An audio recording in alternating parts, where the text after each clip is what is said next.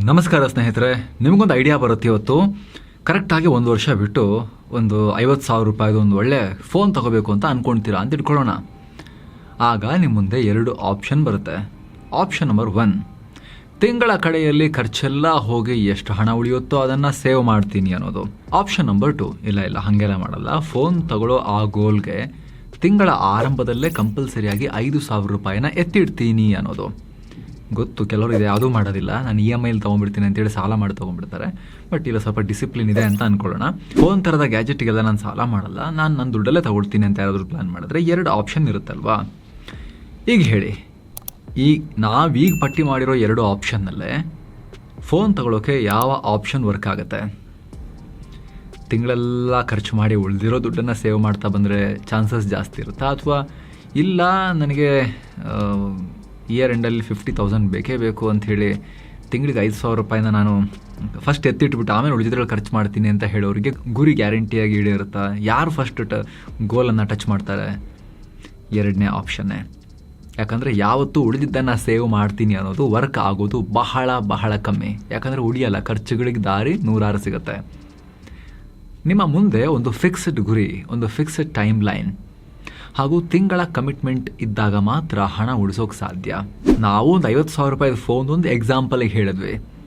ಅದು 50 ಲಕ್ಷದ ಒಂದು ಮನೆನೂ ಆಗಿರ್ಬೋದು, ಸೈಟು ಆಗಿರ್ಬೋದು, ಅಥವಾ 20-25 ಲಕ್ಷದ ಕಾರ್ ಕೂಡ ಆಗಿರ್ಬೋದು, ಅಥವಾ 5-6 ಲಕ್ಷದ ನಿಮ್ಮ ವೆಕೇಷನ್ ಟ್ರಿಪ್, ಫಾರಿನ್ ವೆಕೇಷನ್ ಕೂಡ ಆಗಿರ್ಬೋದು, ಯಾವುದಾದ್ರೂ ಆಗಿರ್ಬೋದು ಗೋಲ್. ನೀವು ಅದನ್ನು ಮಲ್ಟಿಪ್ಲೈ ಮಾಡ್ಕೊಳ್ಳಿ ಅಲ್ಲಿಂದಲ್ಲಿಗೆ. ಸಂಬಳ ಬಂದ ತಕ್ಷಣ ಹಣ ಉಳಿಸಬೇಕು ಅನ್ನೋದು ವೆರಿ ವೆರಿ ಇಂಪಾರ್ಟೆಂಟ್. ಸರಿ, ಹೇಗೆ ಡಿಸಿಪ್ಲಿನ್ಡ್ ಆಗಿ? ಹೇಗೆ ಗುರಿ ಬರೋ ಟೈಮ್ನಲ್ಲಿ ಅದು ವಾಲಟಿಲಿಟಿನೂ ಇರಬಾರ್ದು. ಗುರಿ ನೆಕ್ಸ್ಟ್ ಇಯರ್ ಗುರಿ ಹತ್ತಿರ ಬಂತು, ಆ ಟೈಮ್ನಲ್ಲಿ ಅದು ಓಕೆ ಮಾರ್ಕೆಟ್ ಬಿತ್ತು, ಅಥವಾ ಕೋವಿಡ್ ಬಂತು, ಅಥವಾ ಯುದ್ಧ ಆಯಿತು ಅಂಥೇಳಿ ಬಿದ್ದಿರಬಾರ್ದು. ಮುಂಚೆನೇ ಪ್ಲ್ಯಾನ್ ಮಾಡಿರೋ ಪ್ರಕಾರ ಕರೆಕ್ಟಾಗಿ ಸಿಗಲೇಬೇಕು, ಗ್ಯಾರಂಟೀಡ್ ಆಗಿರಬೇಕು, ರಿಟರ್ನ್ ಬಡ್ಡಿ ಸಮೇತ ಬರಬೇಕು. ಅಂದರೆ ಯಾವುದು ಆಪ್ಷನ್ ಇರೋದು? ಆರ್ ಡಿ ಅಂದ್ರೇನು? FD ಲಂಸಮ್ ಇದ್ರೆ ಹಾಕೋಕ್ಕೆ, ಅದರದ್ದೇ ತಿಂಗಳ ಕಂತಿನ SIP version RD, recurring deposit. ಭಾರತದ ಬ್ಯಾಂಕ್ಗಳು ಆಫರ್ ಮಾಡೋ ಪ್ಯೂರ್ ಬ್ಯಾಂಕಿಂಗ್ ಪ್ರಾಡಕ್ಟ್ ಇದು. ಫಿಕ್ಸೆಡ್ ಬಡ್ಡಿಯನ್ನು ಕೊಡ್ತಾರೆ, ಯಾವುದೇ ಮಾರ್ಕೆಟ್ ಲಿಂಕ್ ಇರೋದಿಲ್ಲ.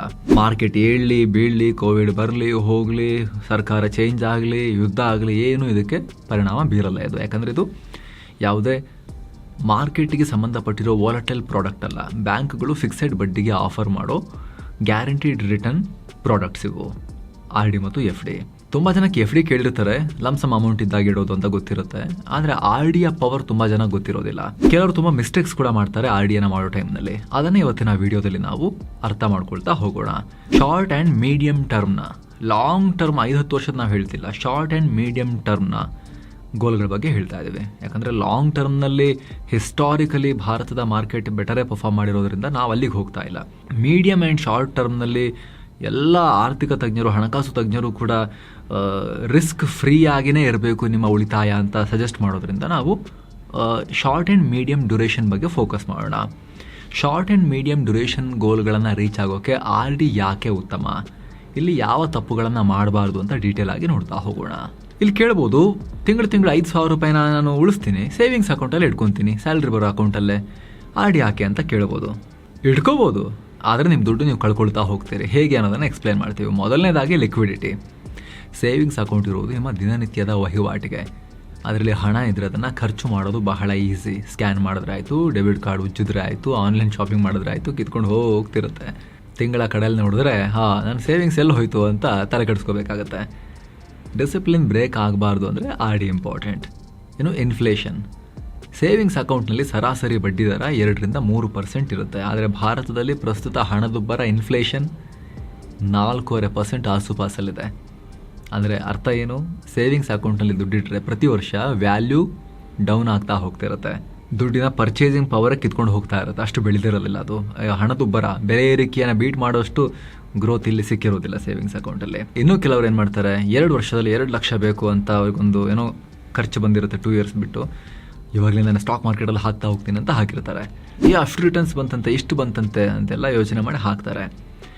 ಆದರೆ ಸ್ನೇಹಿತರೆ, ಮಾರ್ಕೆಟ್ ಗ್ಯಾರಂಟಿಡ್ ರಿಟರ್ನ್ಸನ್ನು ಕೊಡೋದಿಲ್ಲ. ಮಾರ್ಕೆಟ್ ಪರ್ಫಾರ್ಮೆನ್ಸ್ ಮೇಲೆ ಅದು ಡಿಪೆಂಡ್ ಆಗುತ್ತೆ, ನಿಮಗೆ ಫಿಕ್ಸೆಡ್ ರಿಟರ್ನ್ಸನ್ನು ಕೊಡಲ್ಲ. ಲಾಸ್ಟ್ 2 ಇಯರ್ಸಲ್ಲಿ ಭಾರತದ ಮಾರ್ಕೆಟ್ ಏನು ರಿಟರ್ನ್ ಕೊಟ್ಟಿದೆ?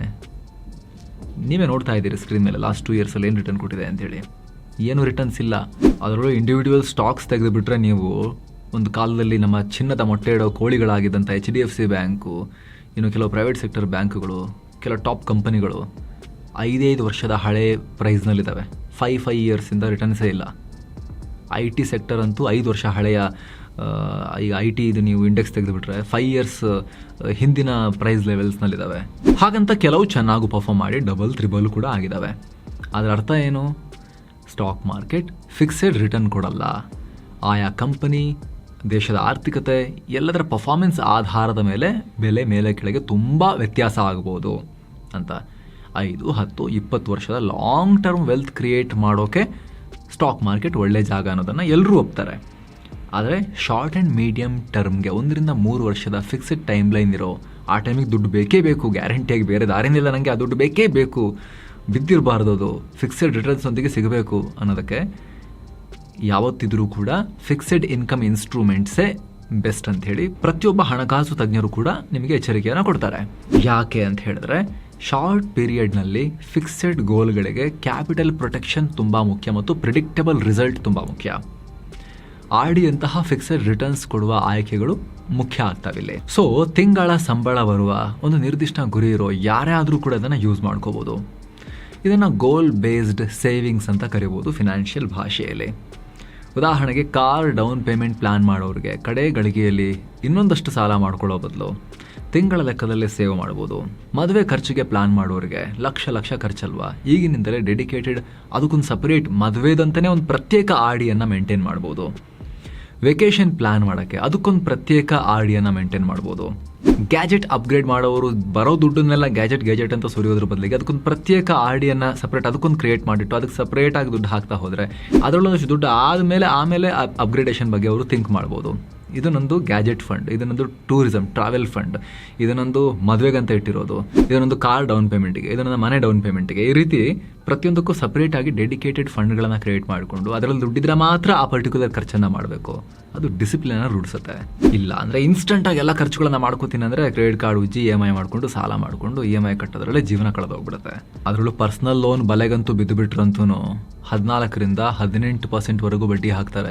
ಅದೇ ಮುಂಚಿತವಾಗಿನೇ RD ಮಾಡ್ತಾ ಹೋದರೆ ನೀವು ದುಡ್ಡು ಕಳ್ಕೊಳ್ಳಲ್ಲ, ಬದಲಿಗೆ ನೀವು ಗಳಿಸ್ತೀರಾ. ಇವಾಗಂತೂ 8%ಗೂ ಅಧಿಕ ಬಡ್ಡಿ ಕೊಡೋ ಬ್ಯಾಂಕ್ಗಳು ಭಾರತದಲ್ಲಿದ್ದಾವೆ. RD ಮೇಲೆ ಬಡ್ಡಿ ಕಟ್ಟೋದಕ್ಕೂ ನಿಮ್ಮ ದುಡ್ಡು ನಿಮಗೆ ಬಡ್ಡಿ ಗಳಿಸ್ಕೊಡೋದಕ್ಕೂ ಭಾಳ ವ್ಯತ್ಯಾಸ ಇದೆ. ಜೊತೆಗೆ ರ್ಯಾಂಡಮಾಗಿ 5,000 ರೂಪಾಯಿ ನಾನು ಸೇವ್ ಮಾಡ್ತಿದ್ದೀನಿ ಅಂತ ಹೇಳೋದಕ್ಕಿಂತನೂ ನಾನು ಪರ್ಟಿಕ್ಯುಲರ್ ಗುರಿಗೆ 5,000 ರೂಪಾಯಿ ಸೇವ್ ಮಾಡ್ತಿದ್ದೀನಿ.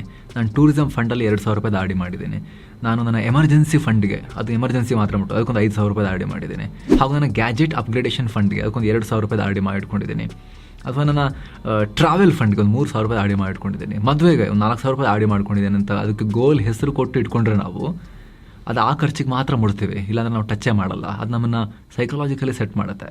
ಆದರೆ RD ಮಾಡಬೇಕಾದ್ರೆ ಏನೆಲ್ಲ ಮಿಸ್ಟೇಕ್ಸ್ ಮಾಡಬಾರ್ದು ಅಂತ ಹೇಳಿದ್ರೆ, ನಂಬರ್ 1, ಅವಧಿ ಮತ್ತು ಟೆನ್ಯೂರ್ ನೋಡದೇ ಇರೋದು. ಈಗ ನಾವು ಹೇಳಿದ್ವಿ ಬೇರೆ ಬೇರೆ ಉದ್ದೇಶಕ್ಕೆ ಬೇರೆ ಬೇರೆ ಟೈಮ್ನಲ್ಲಿ ಮೆಚೂರ್ ಆಗೋ RDಗಳನ್ನು ಮಾಡ್ಕೋಬೋದು ಅಂತ. ಕೆಲವರು ಏನು ಮಾಡ್ತಾರೆ, ಎಲ್ಲ RDಗಳನ್ನು 1 ವರ್ಷ 2 ವರ್ಷ 3 ವರ್ಷ ಫಿಕ್ಸೆಡ್ ಒಂದೇ ಅವಧಿ ಹಾಕಿಬಿಟ್ಟಿರ್ತಾರೆ, ಎಲ್ಲ ಒಟ್ಟಿಗೆ ಬರೋ ಥರ. ಅದರಿಂದ ಏನು ಯೂಸ್ ಇದೆ? ನಿಮಗೆ ಯಾವ ಟೈಮಿಗೆ ಯಾವ ಫಂಡ್ ಮೆಚೂರ್ ಆಗಬೇಕು ಹಂಗೆ ನೋಡ್ಕೊಂಡು ಪ್ಲಾನ್ ಮಾಡಬೇಕು.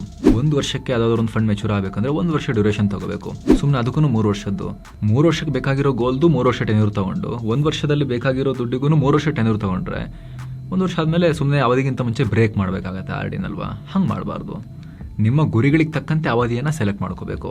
1 ವರ್ಷ ಬಿಟ್ಟು ಟ್ರಾವೆಲ್ ಮಾಡೋಕ್ಕೆ ಬೇಕಾಗಿರೋ ದುಡ್ಡು ಅಂತ ಹೇಳಿದ್ರೆ RD, ಅದಕ್ಕೆ 1 ವರ್ಷದ ಟೆನ್ಯೂರ್ ತಗೋಬೇಕು. 3 ವರ್ಷ ಬಿಟ್ಟು ಕಾರ್ದು ಡೌನ್ ಪೇಮೆಂಟ್ ಅಥವಾ ಬೈಕ್ ಡೌನ್ ಪೇಮೆಂಟ್ ಅಂದರೆ ಅದಕ್ಕೆ 3 ವರ್ಷದ ಟೆನ್ಯೂರ್ ತಗೋಬೇಕು. ಆ ಅವಧಿ ಕರೆಕ್ಟಾಗಿ ಮೆಚೂರ್ ಆಗಿ ಅಸಲು ಬಡ್ಡಿ ಎಲ್ಲ ಸೇರಿಬಿಟ್ಟು ನಿಮಗೆ ನಿಮ್ಮ ದುಡ್ಡು ವಾಪಸ್ ಬರುತ್ತಲ್ವಾ. ಎರಡನೇ ತಪ್ಪೇನು ಮಾಡ್ತಾರೆ, ಕೆಲವರು ಮಿತಿ ಮೀರಿ ಇನ್ವೆಸ್ಟ್ ಮಾಡ್ತಾರೆ. ತಿಂಗಳು ತಪ್ಪದೇ ಹಣ ಕಟ್ಟಬೇಕಿಲ್ಲಿ, ಡಿಸಿಪ್ಲಿನ್ಡ್ ಆಗಿರಬೇಕು. ಬೇಗ ಗುರಿ ಮುಟ್ಟಬೇಕು ಅಂತ ಹೇಳಿ ಕ್ಯಾಲ್ಕುಲೇಟ್ರಲ್ಲಿ ಲೆಕ್ಕಾಚಾರ ಹಾಕಿಬಿಟ್ಟು ಇರೋ 40,000 ಸಂಬಳ ಅಂತ ಅಂದ್ಕೊಳ್ಳೋಣ, 30,000 RD ಹಾಕಿಬಿಡ್ತೀನಿ ಅಂತ ಹಾಕೋದು. 1 ತಿಂಗಳು ಕಟ್ಟಿ ಆಮೇಲೆಲ್ಲ ವಾಪಸ್ ವಿಡ್ರಾ ಮಾಡ್ಕೊಂಡು ಕ್ಲೋಸ್ ಮಾಡ್ಕೊಂಡು ಓಡೋಗೋದು. ಹಂಗೆ ಮಾಡಬಾರ್ದು.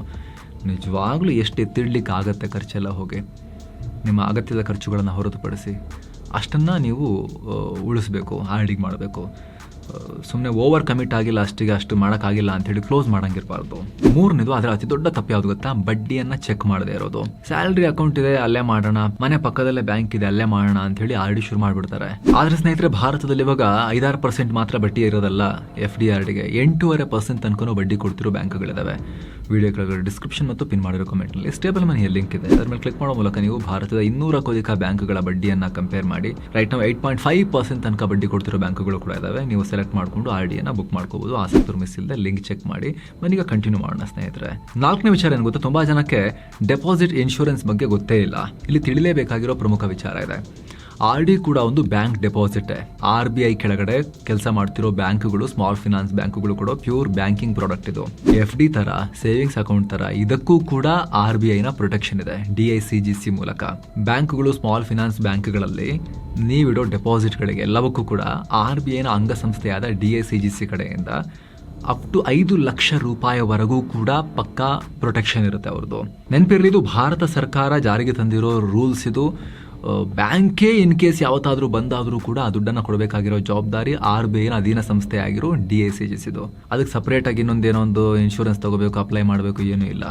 ಭಾರತದ ಎಲ್ಲ ಬ್ಯಾಂಕ್, ಸ್ಮಾಲ್ ಫಿನಾನ್ಸ್ ಬ್ಯಾಂಕ್ಗಳಲ್ಲಿ ಬೈ ಡಿಫಾಲ್ಟ್ ಅಕೌಂಟ್ ಓಪನ್ ಮಾಡಿದಾಗ, ದುಡ್ಡಿಟ್ಟಾಗ ₹1 5 ಲಕ್ಷ ರೂಪಾಯಿ ತನಕ ಸೇವಿಂಗ್ಸ್ ಅಕೌಂಟ್, FD, RD ಎಲ್ಲದಕ್ಕೂ ಇದು ಅನ್ವಯ ಆಗುತ್ತೆ ಆಟೋಮ್ಯಾಟಿಕಲಿ. ಜೊತೆಗೆ ಸ್ನೇಹಿತರೆ, ನೀವು ಸ್ಟೇಬಲ್ ಮನಿ ಆ್ಯಪನ್ನು ಡೌನ್ಲೋಡ್ ಮಾಡ್ಕೊಂಡ್ರೆ ನೀವು ಬೇರೆ ಬೇರೆ ಬ್ಯಾಂಕ್ದು ಬಡ್ಡಿ ಚೆಕ್ ಮಾಡೋಕ್ಕೆ ಬ್ಯಾಂಕಿಗೆ ಹೋಗಬೇಕಂತಿಲ್ಲ. 16 ಬ್ಯಾಂಕ್ಗೆ ಅಥವಾ 16 ವೆಬ್ಸೈಟ್ಗಳಿಗೆ ವಿಸಿಟ್ ಮಾಡಬೇಕು ಅಂತಿಲ್ಲ. ಸ್ಟೇಬಲ್ ಮನಿ ಆ್ಯಪ್ನಲ್ಲಿ ಎಲ್ಲ ಬ್ಯಾಂಕ್ಗಳು ಕೂಡ ಅಲ್ಲಿ ಲಿಸ್ಟ್ ಆಗಿದ್ದಾವೆ. 200+ ಬ್ಯಾಂಕ್ಸ್. ಹೌದು, ನೀವು ಅಲ್ಲೇ ಕಂಪೇರ್ ಮಾಡ್ಬೋದು ಬಡ್ಡಿಯನ್ನು. ಜೊತೆಗೆ ಸ್ನೇಹಿತರೆ, ಸ್ಟೇಬಲ್ ಮನಿಯಲ್ಲಿ ನೀವು ಬರೀ ₹1,000 ರೂಪಾಯಿಂದಲೂ ಕೂಡ RDಯನ್ನು ಶುರು ಮಾಡ್ಬೋದು. ನಿಮಗೆ ಸಂಬಳ ಜಾಸ್ತಿ ಇದ್ದರೆ ನಿಮ್ಮ ಬೇರೆ ಬೇರೆ ಗೋಲ್ಗೆ ತಕ್ಕಂತೆ ನೀವು ಜಾಸ್ತಿ ಅಮೌಂಟ್ದು ಕೂಡ ಡಿಫ್ರೆಂಟ್ ಅಮೌಂಟ್ನ RDಗಳನ್ನು ನಿಮ್ಮ ಗೋಲ್ಗೆ ತಕ್ಕಂತೆ ಟೆನ್ಯೂರನ್ನು ಕೂಡ, ಅವಧಿಯನ್ನು ಕೂಡ ಸೆಲೆಕ್ಟ್ ಮಾಡಿಕೊಂಡು RD ಮಾಡ್ಕೋಬೋದು. ಆವಾಗಲೇ ಹೇಳಿದ್ವಿ 8.5% ತನಕ ಫಿಕ್ಸೆಡ್ ಕಮಿಟೆಡ್ ಬಡ್ಡಿಯನ್ನು ಕೊಡ್ತಿರೋ ಬ್ಯಾಂಕ್ಗಳು ಭಾರತದಲ್ಲಿದ್ದಾವೆ. ಸ್ಟೇಬಲ್ ಮನಿ ಆ್ಯಪ್ನಲ್ಲಿ ನೀವು ಆ ರೀತಿ ನಿಮಗೆ ಬೇಕಾಗಿರೋ ಬ್ಯಾಂಕನ್ನು ಸೆಲೆಕ್ಟ್ ಮಾಡಿಕೊಂಡು RD ಬುಕ್ ಮಾಡಿದಾಗ ಬ್ಯಾಂಕ್ನವರು ನಿಮ್ಮ KYCಯನ್ನು ಮಾಡ್ಕೊತಾರೆ. ಬ್ಯಾಂಕ್ಗೆ ನಿಮ್ಮ ದುಡ್ಡು ಹೋಗುತ್ತೆ. ಬ್ಯಾಂಕಲ್ಲೇ ನಿಮ್ಮ ದುಡ್ಡು ಬಡ್ಡಿಗೆ ಬೆಳೆಯೋದು. ಜೊತೆಗೆ ಬ್ಯಾಂಕೇ ನಿಮಗೆ ಕನ್ಫರ್ಮೇಷನ್ ಮೆಸೇಜ್ ಮತ್ತು ಇಮೇಲನ್ನು ಕಳಿಸೋದು ನೇರವಾಗಿ. ಇಲ್ಲಿ ಸ್ಟೇಬಲ್ ಮನಿ ನಿಮ್ಮ ಅಂದರೆ ಗ್ರಾಹಕರು ಮತ್ತು ಬ್ಯಾಂಕ್ ನಡುವೆ ಒಂದು ಟೆಕ್ನಾಲಜಿ ಪ್ಲಾಟ್ಫಾರ್ಮ್ ಅಷ್ಟೇ. ಆಲ್ರೆಡಿ 50 ಲಕ್ಷಕ್ಕೂ ಅಧಿಕ ಯೂಸರ್ಸ್ ಆ್ಯಪನ್ನು ಯೂಸ್ ಮಾಡ್ತಿದ್ದಾರೆ. ಡಿಸ್ಕ್ರಿಪ್ಷನ್ ಮತ್ತು ಪಿನ್ ಮಾಡಿರೋ ಕಮೆಂಟ್ ಅಲ್ಲಿ ಅವರ ಲಿಂಕ್ ಇದೆ. ಆಸಕ್ತರು ಮಿಸ್ ಇಲ್ಲದೆ ಚೆಕ್ ಮಾಡಿ ಫ್ರೀಯಾಗಿ ಆ್ಯಪನ್ನು ಡೌನ್ಲೋಡ್ ಮಾಡ್ಕೊಳ್ಳಿ ಸ್ನೇಹಿತರೆ. ಇನ್ನು ಸ್ಟೇಬಲ್ ಮನಿಯಲ್ಲಿ ಟಾಪ್ ಅಪ್ RD ಒಂದು ಫೀಚರ್ ಇದೆ. ಎಕಾನಮಿಯಲ್ಲಿ ಇಂಟ್ರೆಸ್ಟ್ ರೇಟ್ ಸೈಕಲ್ಸ್ ಅಂತ ಇರುತ್ತೆ ಗೊತ್ತಾ ಸ್ನೇಹಿತರೆ. RBI ರೆಪೋ ರೇಟ್ ಕಟ್ ಮಾಡಿದಾಗ ಬ್ಯಾಂಕ್ಗಳು ಬಡ್ಡಿ ದರವನ್ನು ಇಳಿಸ್ತವೆ. ಒಂದು ವೇಳೆ ನೀವು ಈಗ 8.5% ಬಡ್ಡಿಗೆ RDಯನ್ನು ಶುರು ಮಾಡಿರ್ತೀರಾ ಅಂತ ತಿಳ್ಕೊಳ್ಳಿ. ಇವಾಗ 6 ತಿಂಗಳ ನಂತರ ನಿಮಗೆಲ್ಲ ಒಂದು ₹10,000 ಎಕ್ಸ್ಟ್ರಾ ಬೋನಸ್ ಬರುತ್ತೆ ಅಂತ ತಿಳ್ಕೊಳ್ಳಿ. ಅಥವಾ 1 ಲಕ್ಷನೂ ಬರ್ಬೋದು, what ever it is bonus, ಏನೋ ಒಂದು ಎಕ್ಸ್ಟ್ರಾ ಲಮ್ಸಮ್ ಅಮೌಂಟ್ ನಿಮಗೆ ಸಿಕ್ತು ಅಂತ ತಿಳ್ಕೊಳ್ಳಿ. ಆ ಹಣವನ್ನು ಏನು ಮಾಡ್ತೀರಿ? ಹೊಸದಾಗಿ FD ಮಾಡೋಣ ಅಂತ ಹೋದರೆ ಮಾರ್ಕೆಟಲ್ಲಿ ಇನ್ ಕೇಸ್ ಅವಾಗ ಬಡ್ಡಿ ದರ ಕಮ್ಮಿ ಆಗಿತ್ತು ಅಂತ ಇಟ್ಕೊಳ್ಳಿ, 7ವರೆಗೂ ಬಂದಿತ್ತು ಅಂತ ಇಟ್ಕೊಳ್ಳಿ. ಆವಾಗ ನೀವು ಅಷ್ಟೇ ಕಮ್ಮಿಗೆ ಅದನ್ನು ಇಡಬೇಕಾ? ಆ ಹಣವನ್ನು ಕಮ್ಮಿ ಬಡ್ಡಿಗೆ ಹಾಕೋದ್ರ ಬದಲು ಅಥವಾ ಸುಮ್ಮನೆ ಖರ್ಚು ಮಾಡೋ ಬದಲು ಸ್ಟೇಬಲ್ ಮನಿಯಲ್ಲಿ ನಿಮ್ಮ ಹಳೆಯ RDಗೆ ಬಂದಿರೋ ಆ ಎಕ್ಸ್ಟ್ರಾ ಲಮ್ಸಮ್ ಅಮೌಂಟನ್ನು ಟಾಪ್ ಅಪ್ RD ಮಾಡಬಹುದು. ಎಷ್ಟು ಅಮೌಂಟ್ ಆದರೂ ಮಾಡ್ಬೋದಾ? ಹಂಗಿಲ್ಲ. ನಿಮ್ಮ ತಿಂಗಳ ಕಂತು ಎಷ್ಟಿರುತ್ತೆ ಅದರ 10 ಪಟ್ಟುವರೆಗೂ ಈ ಟಾಪ್ ಅಪ್ RDಯನ್ನು ಮಾಡಿ ಆ ಒರಿಜಿನಲ್ ಹೈ ಇಂಟ್ರೆಸ್ಟ್ ರೇಟನ್ನೇ ನೀವು ಇದಕ್ಕೂ ಕೂಡ ಅಪ್ಲೈ ಆಗೋ ರೀತಿ ನೋಡ್ಕೋಬಹುದು. ಇನ್ ಕೇಸ್ ಎಕಾನಮಿಯಲ್ಲಿ ಬಡ್ಡಿ ದರ ಕಮ್ಮಿ ಆಗೋ ಸಿಚುವೇಶನ್ ಬಂದಾಗ ಅದೊಂದು ಸೈಕಲ್ ಅಲ್ವಾ, ಬಡ್ಡಿ ದರ ಏರ್ತಾ ಹೋಗೋದು, ಡೌನ್ ಆಗ್ತಾ ಹೋಗೋದು ಒಂದು ಸೈಕಲ್. ಏರ್ತಾ ಹೋದರೆ ಆಬ್ವಿಯಸ್ಲಿ ಹೊಸದಾಗಿ ಅದನ್ನು FD ಮಾಡ್ಬೋದು, RD ಮಾಡ್ಬೋದು. ಆದರೆ ಇನ್ ಕೇಸ್ ಡೌನ್ ಆಗ್ತಾ ಹೋಯಿತು ಅಂದರೆ ಹೈ ರಿಟರ್ನ್ಸನ್ನು ಲಾಕ್ ಮಾಡ್ಕೊಳ್ಳೋಕೆ ಇದೊಂದು ಒಳ್ಳೆ ಫೀಚರ್ ಆಗಿ ಯೂಸ್ ಆಗುತ್ತೆ. ಜೊತೆಗೆ ಸ್ನೇಹಿತರೆ, ಸ್ಟೇಬಲ್ ಮನಿಯಲ್ಲಿ ನೀವು ಈಗ RDಯನ್ನು ಮಾಡಿಕೊಂಡ್ರೆ ನಿಮ್ಮದೊಳ್ಳೆ 4 ಡಿಫ್ರೆಂಟ್ ಬ್ಯಾಂಕಲ್ಲಿ ನೀವು RD ಮಾಡಿದ್ದೀರಾ ಅಥವಾ FD ಮಾಡಿದ್ದೀರಾ ಅಂತ ಇಟ್ಕೊಳ್ಳಿ. ಇವರೊಂದು ಫಿಕ್ಸೆಡ್ ಇನ್ಕಮ್ ಫೋಕಸ್ಡ್ ಪ್ಲ್ಯಾಟ್ಫಾರ್ಮ್ ಅಲ್ಲ. ಇಲ್ಲಿ ನೀವು ಆ ಉದ್ದೇಶಕ್ಕೆ ಫಿಕ್ಸೆಡ್ ಇನ್ಕಮ್ಗೋಸ್ಕರ ನೀವು ಈ ಪ್ಲ್ಯಾಟ್ಫಾರ್ಮನ್ನು ಯೂಸ್ ಮಾಡ್ತಿದ್ದೀರಿ ಅಂತಿದ್ರೆ ನೀವು ಡಿಫ್ರೆಂಟ್ ಪ್ರಾಡಕ್ಟ್ಸಲ್ಲಿ ಮಾಡಿರೋ ಉಳಿತಾಯ ಎಲ್ಲ ಇರುತ್ತಲ್ಲ, ನಿಮಗೆ ಅಲ್ಲಿ ಒಂದೇ ಡ್ಯಾಶ್ ಬೋರ್ಡ್ನಲ್ಲಿ ನೀಟಾಗಿ ಟ್ರ್ಯಾಕ್ ಮಾಡ್ಬೋದು. ಆದರೆ ಒಂದು ಕಿವಿ ಮಾತು ಸ್ನೇಹಿತರೆ, ಬ್ಯಾಂಕ್ ಬಡ್ಡಿ ದರಗಳು ಕಾಲಕ್ಕೆ ಚೇಂಜ್ ಆಗ್ತಿರ್ತವೆ. ಹಾಗಾಗಿ ಇನ್ವೆಸ್ಟ್ ಮಾಡೋ ಮುನ್ನ ಲೇಟೆಸ್ಟ್ ರೇಟನ್ನು ಚೆಕ್ ಮಾಡ್ಕೊಳ್ಳಿ. ನೀವು ವಿಡಿಯೋ ಮಾಡಿದ ದಿನನೇ ನೋಡ್ತಿರ್ಬೋದು ಅಥವಾ ಒಂದು ವಾರ ಬಿಟ್ಟು ಕೂಡ ನೋಡ್ತಿರ್ಬೋದು. ಹಾಗಾಗಿ ನಿಮಗೆ ನಾವು ಅಡ್ವೈಸ್ ಮಾಡೋದೇನು ಅಂದರೆ ಅಲ್ಲಿ ಇಂಟ್ರೆಸ್ಟ್ ರೇಟನ್ನು ಕರೆಕ್ಟಾಗಿ ಚೆಕ್ ಮಾಡ್ಕೊಳ್ಳಿ, ಕರೆಂಟ್ ಇಂಟ್ರೆಸ್ಟ್ ರೇಟನ್ನು ಚೆಕ್ ಮಾಡ್ಕೊಳ್ಳಿ. ಈ ವಿಡಿಯೋ ಮಾಡೋ ದಿನ 8.5% ತನಕ ಬಡ್ಡಿ ಕೊಡ್ತಿರೋ ಬ್ಯಾಂಕ್ಗಳು ಭಾರತದಲ್ಲಿದ್ದಾವೆ. ಸೊ ಆಸಕ್ತರು ವಿಡಿಯೋ ಕೆಳಗಡೆ ಡಿಸ್ಕ್ರಿಪ್ಷನ್ ಮತ್ತು ಪಿನ್ ಮಾಡಿರೋ ಕಮೆಂಟ್ನಲ್ಲಿ ಕ್ಲಿಕ್ ಮಾಡೋ ಮೂಲಕ ಮಿಸ್ ಇಲ್ಲದೆ ಸ್ಟೇಬಲ್ ಮನಿ ಆ್ಯಪನ್ನು ಡೌನ್ಲೋಡ್ ಮಾಡಿ ಇನ್ಸ್ಟೆಂಟ್ ಆಗಿ ನೀವು ಕೂಡ ಇದನ್ನು ಎಕ್ಸ್ಪ್ಲೋರ್ ಮಾಡ್ಬೋದು, ಚೆಕ್ ಮಾಡ್ಬೋದು. ನಿಮ್ಮ ಉಳಿತಾಯದ ಅಭ್ಯಾಸವನ್ನು ಕೂಡ ಶುರು ಮಾಡ್ಬೋದು. ಮತ್ತೆ ಭೇಟಿ ಆಗ್ತಿರೋಣ. ನಮಸ್ಕಾರ.